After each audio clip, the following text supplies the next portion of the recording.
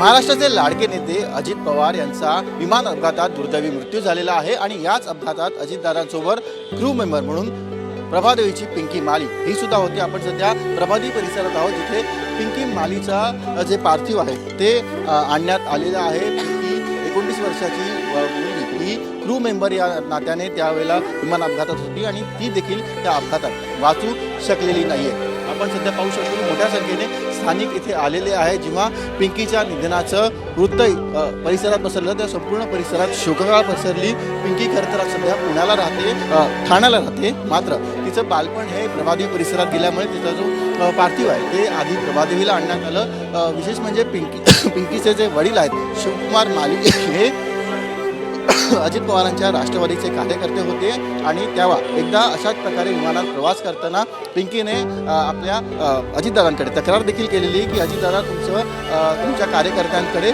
लक्ष नाही।